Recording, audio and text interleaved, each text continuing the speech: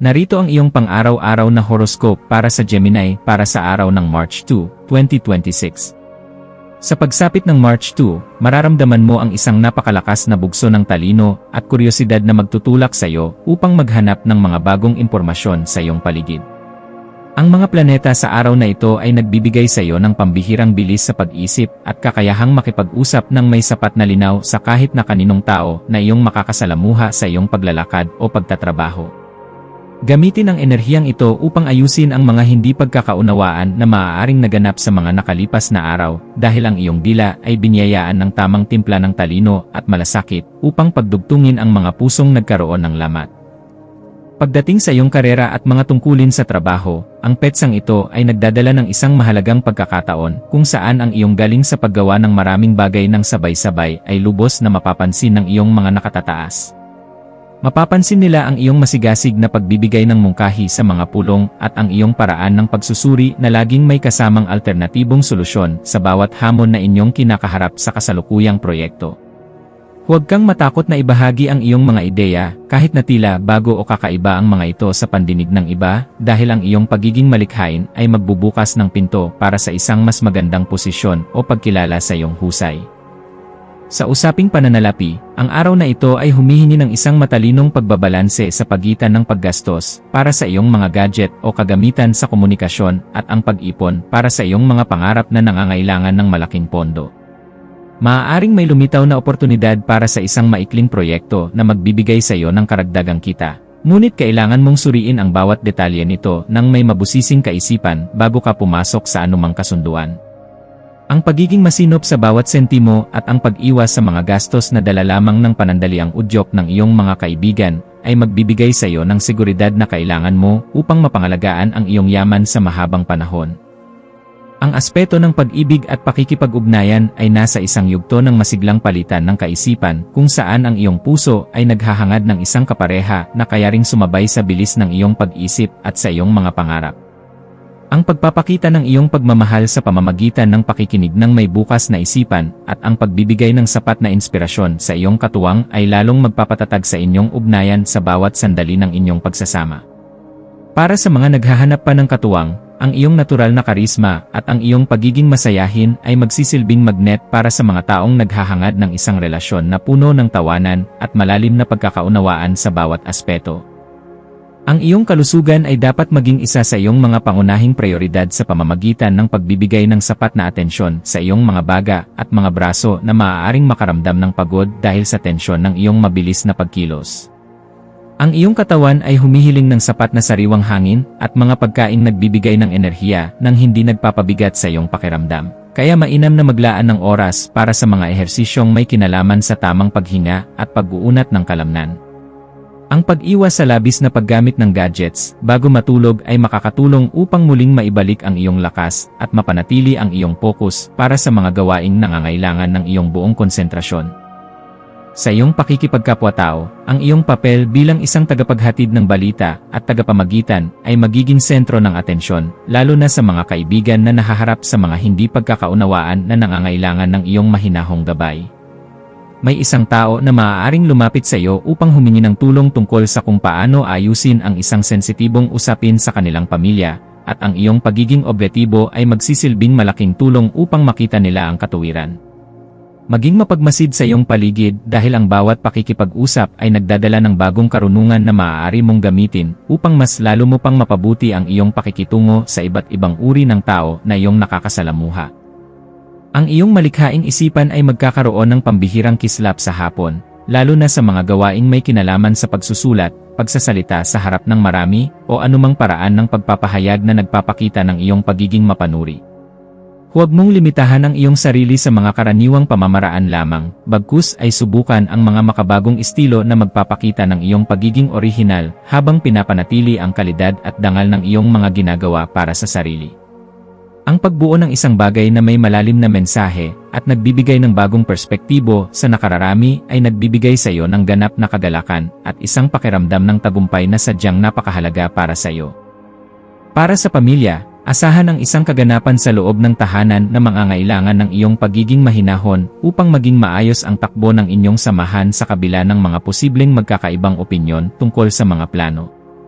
Ang iyong presensya ay magbibigay ng kagaanan sa loob ng bahay dahil kaya mong magpaliwanag sa paraang hindi nakakasakit ng damdamin at may sapat na respeto sa nakatatanda at nakababata sa inyong pamilya. Maging mapagpatawad sa mga pagkukulang ng iba at maging isang gabay na laging handang makinig sa bawat panig dahil ang matatag na pundasyon sa loob ng bahay ang tunay na lakas na magtataguyod sa iyo sa bawat pagsubok. Ang iyong intuition ay magsisilbing isang matalas na kumpas sa pagpapasya tungkol sa isang bagong oportunidad na may kinalaman sa iyong personal na pag-unlad o sa pagsali sa isang grupo na may kinalaman sa komunikasyon. Kung may nararamdamang udyok na ayusin ang iyong mga dokumento o ayusin ang iyong workspace upang maging mas produktibo at komportable ang iyong isipan, gawin ito ngayon dahil ang daloy ng enerhiya ay pabor sa kaayusan. Ang iyong panloob na boses ay malakas na nagpapaalala na handa ka na para sa isang mas mataas na antas ng kaganapan, kaya pakinggan ito at huwag hayaang ang mga pag-aalinlangan ay humadlang sa iyong asenso patungo sa ruro. Sa aspeto ng edukasyon at pagkuha ng karunungan, ang iyong isipan ay magiging kasing talas ng isang kidlat na handang unawain ang bawat detalye ng iyong mga pinag-aralan, lalo na ang mga paksang may kinalaman sa wika o sining. Gamitin ang panahong ito upang magbasa ng mga aklat na magpapalawak ng iyong pangunawa sa kalikasan ng sibilisasyon, dahil ang mga ito ay sadyang makakatulong sa pagpapabuti ng iyong sariling pagkatao bilang isang disiplinadong tao. Ang bawat impormasyon na iyong matututunan ay magsisilbing hiyas sa iyong isipan, kaya huwag kang titigil sa paghahanap ng katotohanan hanggang sa marating mo ang ganap na kalinawan na iyong hinahanap para sa iyong seguridad. Iwasan ang pagiging masyadong mabilis sa pagbibitaw ng mga pangako na hindi mo pa nasusuri kung kaya mong panindigan, dahil ang pagpapanatili ng iyong integridad sa harap ng ibang tao ay napakahalaga para sa iyong reputasyon. Ang pagpapasya ng may sapat na pag-iisip at hindi dahil lamang sa pressure ng paligid ay magbibigay sa iyo ng mas mabilis na resulta at mas malalim na kaganapan sa iyong buhay kaysa sa pagmamadali. Ang pagpili sa kung ano ang nakakabuti sa iyong pangmatagalang mithiin nang hindi isinasakripisyo ang iyong mga prinsipyo ay magpapatatag sa iyong karakter at magbibigay ng inspirasyon sa mga taong tumitingin sa iyo. Ang iyong espiritual na aspeto ay nangangailangan din ng pagkalinga sa pamamagitan ng paghahanap ng sandali ng katahimikan upang muling makakonekta sa iyong panloob na lakas na nagbibigay ng direksyon sa iyong mga plano sa hinaharap. Ang pagninilay-nilay tungkol sa iyong mga tunay na layunin ay magbibigay sa iyo ng sagot kung bakit kailangan mong maging matatag at kung paano mo magagamit ang iyong talino para sa kabutihan ng iyong sarili at ng iyong kapwa.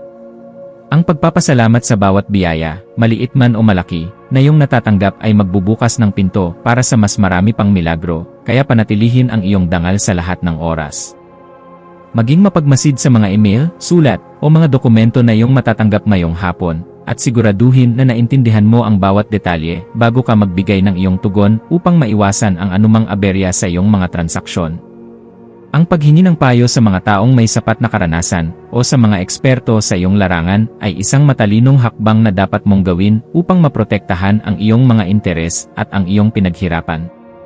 Ang pag-iingat sa ganitong mga usapin ay magbibigay sa iyo ng kapanatagan na ang iyong mga hakbang ay nasa loob ng katuwiran at hindi ka malalagay sa alanganin dahil lamang sa kapabayaan.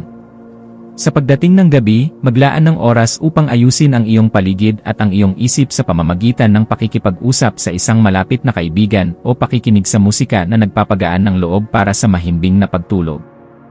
Ang kaayusan sa labas ay refleksyon ng kaayusan sa loob. Kaya ang pagliligpit ng iyong mga kagamitan sa komunikasyon at ang pag-aayos ng iyong kwarto ay makakatulong upang maalis ang mga tensyon sa iyong isipan. Ang pagpapasalamat sa bawat tagumpay na iyong nakamit sa araw na ito ay magpapanatili sa iyong positibong disposisyon na siyang magsisilbing magnet para sa mas magagandang balita na darating sa iyong pintuan bukas. Bilang huling payo para sa iyo, laging tandaan na ang tunay na karunungan ay hindi lamang matatagpuan sa dami ng iyong alam kundi sa kung paano mo ito ginagamit upang makatulong sa iba ng may kababaang loob. Manatiling nakatutok sa iyong sariling landas habang nagpapakita ng malasakit sa mga taong nasa paligid mo, dahil ang kaganapan ng iyong pagkatao ay matatagpuan sa pagbabahagi ng iyong liwanag ng may dangal. Hayaang ang liwanag ng karunungan ang maging gabay mo sa pagtahak sa daan ng iyong mga adhikain, at maniwala ka na sa bawat pagsusumikap mo, mayroong magandang bukas na naghihintay para sa iyo. Ang iyong mga maswerteng numero para sa araw na ito ay 5, 14 na, at 23. Ang iyong maswerteng kulay ay dilaw o mapusyaw na asul na sumisimbolo sa komunikasyon at talino, At ang maswerteng gawain para sa araw na ito ay ang pagsusulat ng isang liham, ang pag-aayos ng iyong mga file sa computer, o ang pakikipagpalitan ng mga bagong ideya sa isang taong matagal mo nang hindi nakakausap upang muling magbukas ang iyong mga pananaw.